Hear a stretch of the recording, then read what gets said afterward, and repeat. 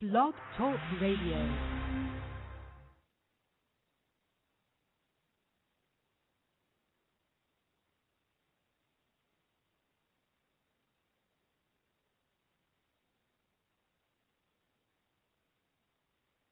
للحكومة السورية المطلوب منها شيئين. الأول هو أن تقدم المعلومات والبيانات الضرورية لمنظمة حظر الأسلحة الكيميائية بحسب الاتفاقية الدولية، وهذا تم تنفيذه منذ عدة أيام في الأسبوع الماضي، لأن المعلومات جاهزة وموثقة. الأمر الآخر هو تأمين وصول المفتشين الذين سيأتون من منظمة حظر الأسلحة الكيميائية إلى مواقع إنتاج وتخزين الأسلحة الكيميائية، وهذا طبعا أيضا لا يوجد فيه مشكلة. قد يكون هناك عقبة وحيدة وهي عقبة أساسية، هي الوضع الأمني في بعض المناطق الذي ربما قد لا يسمح أو يضع بعض العقبات في وجه وصول بعض المفتشين. أنا أقصد المناطق التي يوجد فيها مسلحين الذين ربما يريدون عرقلة هذا العمل، أي منع وصول المفتشين. ونعرف بأن هؤلاء الإرهابيون يعملون تحت إمرة دول أخرى، ربما تدفع هذه الدول الإرهابيين للقيام بأعمال تعيق وصول المفتشين من أجل اتهام الحكومة السورية بأنها تعرقل تنفيذ الاتفاقية. سيد الرئيس، كما ذكرت ربما هناك في مشكلة في وضع ميداني، فتظن الوضع الميداني داخل سوريا الآن هل هم سوف يؤجل هذه الوقت؟ مبدئيا المفترض لا يوجد أي مشكلة، لكن كما قلت إذا كان هناك توجهات من بعض الدول التي تريد أن تطلب من الإرهابيين القيام بأعمال ضد المفتشين من أجل منعهم، فالهدف منه اتهام الحكومة السورية. وتعلمين بأن الإرهابيون يستطيعوا أن ينتقلوا من مكان لآخر، يعني هم ليسوا موجودين في مناطق محددة. يبقى هذا احتمال، ولكنه حتى الآن هو مجرد احتمال، لا نستطيع أن نقدر هذا الشيء إلا عند مجيء المفتشين إلى سوريا. سوريا تنتج هذه الأسلحة منذ عقود، ومن الطبيعي أن يكون هناك كميات كبيرة، فنحن دولة في حالة حرب، ونحن لدينا أراضي محتلة منذ أكثر من 40 عاما. لكن بكل الأحوال الجيش السوري هيأ نفسه بالأساس يعني للقتال من خلال الأسلحة التقليدية. الأسلحة الكيميائية دائما تخزن لدى أي دولة ولدى أي جيش في شروط خاصة من أجل منع العبث بها من قبل الإرهابيين أو من قبل أي مجموعات أخرى تخريبية، قد تكون مجموعات تأتي من دول معادية. فلا يوجد قلق بالنسبة لهذا الموضوع. الأسلحة الكيميائية في سوريا موجودة في مناطق آمنة وفي مواقع آمنة، هناك سيطرة كاملة عليها من قبل الجيش العربي السوري. This is BR on the World for the 23rd of September 2013. We had originally scheduled this broadcast for 4 a.m. Eastern Standard Time, but now you'll get the broadcast at 6 p.m. Eastern Standard Time. We appear here on Monday, Tuesday, and Thursday. We're still working on the dates, so bear with us on that account. But we are attempting to do this is from news that is more of an international perspective. We have other broadcasts that deal more with the domestic American perspective and less in the other parts of the world. We have Bostonred for that, so we'll deal there. We'll start today with the Syrian conflict. Is a conflict against a group of terrorists. A mistake has been made in the past, and the reason for that mistake was the complexity of the war within Syria. There are some groups within Syria that were opposition to the government, and President Assad, Bashar al-Assad, clearly pointed that out. So now we fully understand it. Getting the news in the West here is a very bad situation, even if you use resources that at one time were not based in the West, like Al Jazeera, but you still get the slant. They are out of Qatar, and now they have Al Jazeera America, which has really caused problems with the way that their news is reported. So we have to hop, skip, and jump around the world. We were going to news sources in Nairobi, Kenya today, but we'll do that tomorrow. That episode there is unfolding. There is no reason to report it because it's just not over yet according to what we have. We'll come back to that later. But nonetheless, this is President Assad. He has given an interview. You just heard it. It was in Arabic. This is via The Guardian, but this is Chinese state TV. Nonetheless, what he basically said, the terrorists may block access to chemical weapon sites. Now, the chemical weapon sites are under the control of the Syrian government. And he will allow, of course, the inspectors in, and they will surrender control. He also said the Syrian government has already handed over a list that has been reported in the wider news of these weapons. He said the government would not have any problem taking experts to sites where the weapons are kept, but some places might be difficult to reach because of ongoing fighting or local security situation. I'm referring to places where the militants exist. He said these militants might want to stop the experts' arrival. Excuse me, we had some problems with that prior to this particular escapade. We had it when, in fact, they were going to chemical sites where chemicals had been used. There was a problem immediately to that. Let's go on here with the a statement from the former president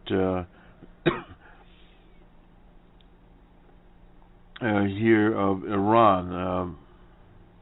This is Mohammed Mahatani has urged the West to show courage and work with the president, Hassan Rouhani, are risk losing unprecedented opportunity. Now, in an article published in The Guardian, Khatami, a former president of Iran, said it on the eve of Rouhani's eagerly anticipated visit. This is to the UN. He's a cleric also. Now, we need to remember all of these people are clerics themselves. Has the necessary authority to for a diplomatic resolution to long-standing difficulties between Tehran and the West.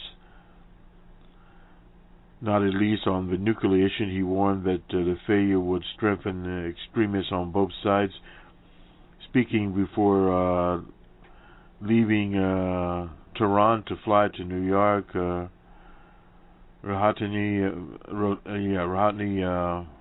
wait a minute here. Pledged, this is the president now, to revamp the image of Iran. He said that it had been distorted, but he left short of blaming his the former president Mohammed Ahmadinejad.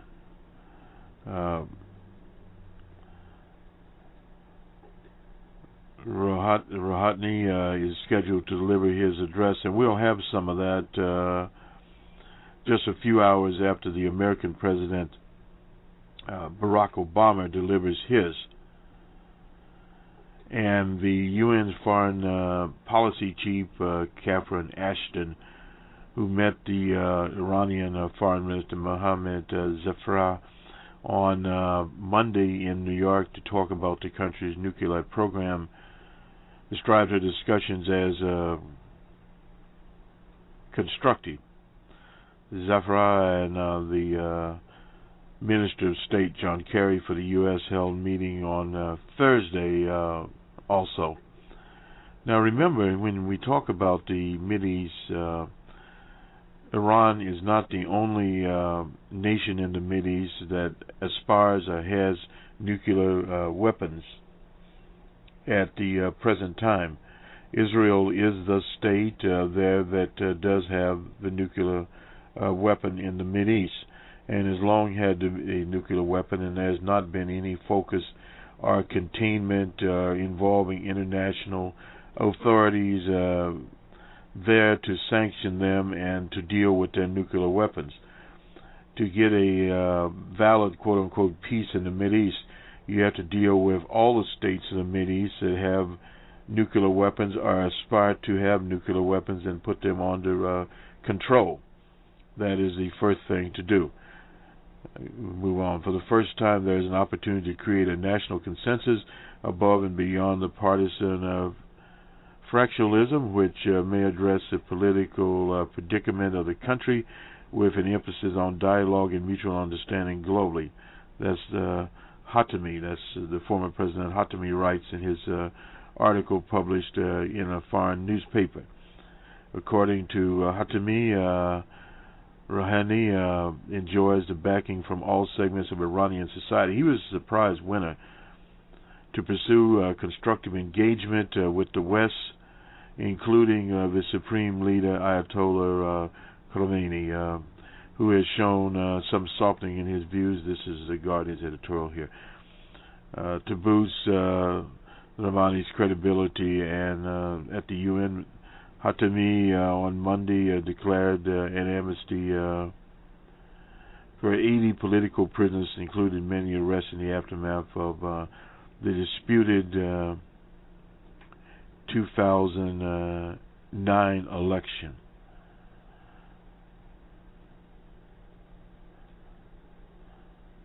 This is Khomeini. I'm sorry. This was the Supreme Leader Ali Khomeini. Hatami, in an interview with comes as 500 prominent Iranian intellectuals and academics, or an activist, wrote to the President Obama, telling the American president it is now his term to reciprocate. Signatures a letter exclusively by the Guardian, award-winning film director. Well, whatever. Imprisoned reformist Mustafa, I won't even try here, and intellectual Said Hajjanari. I have to press this on this a little bit more.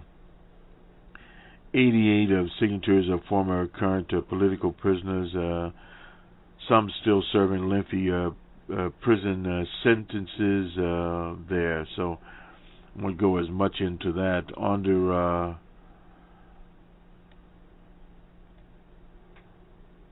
Khatami's administration, now he was there between 1997, to get somewhat of a timeline on this, and 2005, before President Ahmadinejad took office, opened up towards the West, helping American forces in Afghanistan, but was needlessly labeled a part of the axis of evil along with Iran and North Korea. That was by G.W. Bush. Khatami's support was critical to Rouhani's sensational victory in the June election. The ex-president warned diplomatic mistakes now will have consequences beyond Iran's borders. Failures now to create an atmosphere of trust and meaningful dialogue will only further boost extremist forces on all sides. The consequences of such failure will not only be religious but global. This is Khatami writes, for all better world, not only for Iranian people but for the next generation across the globe. I earnestly hope that President Rouhani will receive a warm welcome and meaningful response during his visit to the UN. So this was the reformist speaking here, and this is by the Mohammed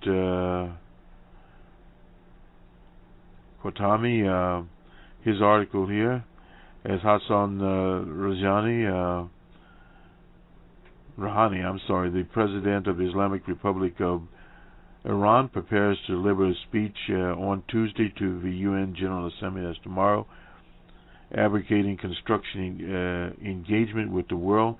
I reflect on my own experience as President of this great country and my attempts to promote dialogue among nations instead of hostility. At my suggestion, in 2001 was named the Year of Dialogue Among Civilizations, but despite reaching a global audience, the meaning of the dialogue barely penetrated the most intractable political dramas, either at home or abroad. More than any other time in history, events in the Mideast and North Africa have taken global significance, and there is a great shift in the importance of this region. The transformation, which began in the Iranian 1979 Islamic Revolution, a surprise to many in the international community, intensified with the end of the Cold War. Today, the Mideast has become a center for new politics, social and ideological forces, as well as a site of collaboration and conflict with powers beyond the region. Almost all the potential problems facing the Mideast and North Africa today have international implications. Iran's nuclear issue is but one of these. Certainly not the biggest, but addressing the Mideast other problems must depend upon the manner in which this one is resolved.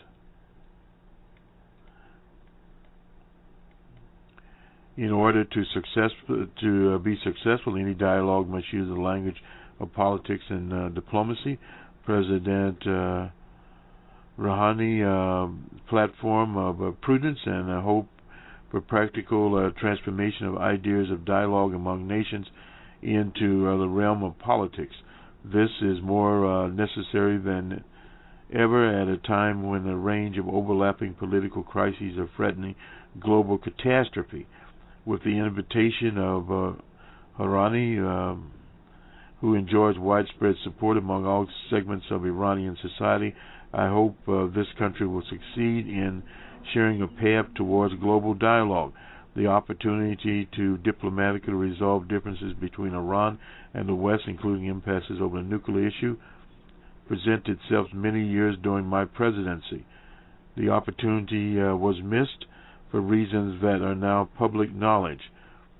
To understand why, one must only read the memoirs of Jack Straw, then the British Foreign Secretary Mohammed Abbate, then the Secretary General of the International Atomic Energy Commission, or indeed the memoirs of Rouhani, who was then the chief negotiator for the nuclear disarmament. That's a very important thing to be. More than a decade ago, although the agreement appeared possible, diplomacy failed. After 9/11, the U.S. initially costly war in Iraq and Afghanistan, with the Iraq invasion on the false pretense that it was delivering weapons of mass destruction. It is no surprise that this political atmosphere and diplomacy with Iran ended in failure. Israel, too, sabotaged the chance of the West to reach an agreement with Iran by injecting skepticism and doubt at the time. On the eve of Rouhani's speech at the UN, Israel has again begun a campaign to discredit him because it's fear the end of tension between Iran and the West. Those who are trapped by bitter experiences make every effort to disrupt the progress of diplomacy again. These people have failed to realize a simple point about relations between domestic and foreign policy. President Rouhani's government was elected by a society seeking positive change at a time when Iran and the wider regions were desperately in need of prudence and hope. This vote was not limited to a specific political camp, as well as many reformers, many prisoners, a significant body of conservatives have a share in Rouhani's victory. For the first time, there is an opportunity to create a national consensus above and beyond partisan fractionalism. One may address the political predicaments of the country with an emphasis on dialogue and mutual global understanding. Explicit public support for the supreme leader, that's Ayatollah Khomeini, of the Islamic Republic, provides Rouhani and his colleagues with necessary authority for a diplomatic resolution of a number of foreign policy issues with the West, just not the nuclear issues. A peace-seeking Iran could contribute as a meaningful partner not only to solving its own difficulties with the global powers, but also in overcoming some regional chaotic political disputes. But if it requires a degree of courage and optimism from the West to listen to the voices of Iranian people who have been painfully targeted by unjust sanctions, which have threatened every fabric of civil society, democratic infrastructure.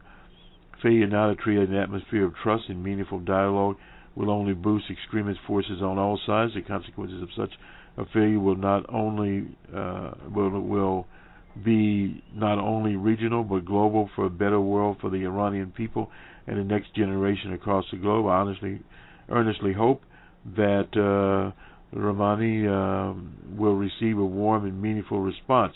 Iran today is different from the Iran of years ago, and the consequences of the Islamic Revolution are playing out.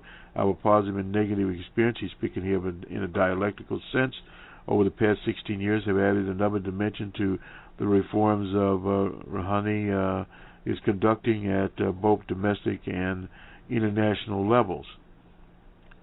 I hope the very experience of the international community, the Iranian people voted for Rouhani and his agenda for change have provided an unraveling and possibly unrepeated opportunity for Iran and the West and all local and regional powers with foreign policy based on dialogue and diplomacy at the heart of the Middle East. We can imagine a better world for the East and the West, including diplomatic resolution of Iran's nuclear issues, which is utterly feasible if there is goodwill and fairness. That was an article by Mohammad Khatami, a former president of Iran. And with that, there's one other quick story here. We'll start a little late, but we'll get it in. Thousands of garment workers in Bangladesh demand higher wages there. The same thing has happened in the U.S. Tens of thousands of, this is from Al Jazeera, tens of thousands of garment workers in Bangladesh protested for the third day in a row Monday, calling on the government to raise the minimum wage from $38, the equivalent to $100 a month. Not much to ask in 2013.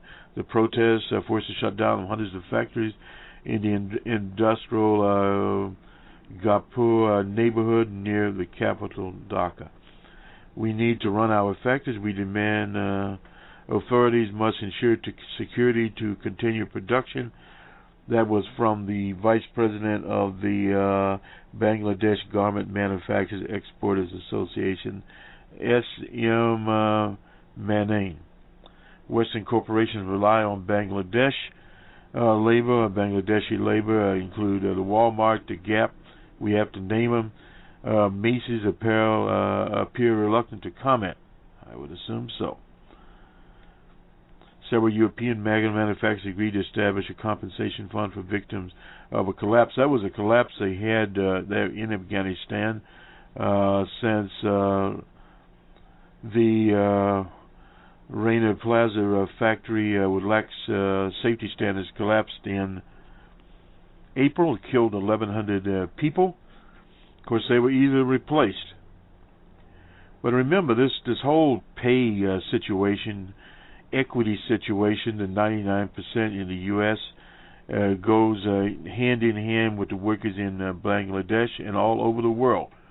Bangladesh is currently one of the cheapest places in the world to manufacture clothes, which accounts for 80% of its exports. The monthly minimum wage in Bangladesh was almost half of what it is today until 2010. You imagine that. When similar protests forced the government to raise the $100 minimum we asked for, it said the union leader there, El-Islam Shabbat, a worker needs much more than that to live a decent life. So that's the same thing in the U.S. Asking for $10 or $12 an hour is $100 in Bangladesh. Nonetheless, the Walmarts, Gaps, and Macy's of the world did not respond. Workers here, and the 99%, need to wake up and deal with those manufacturers accordingly and demand that they treat the workers fairly.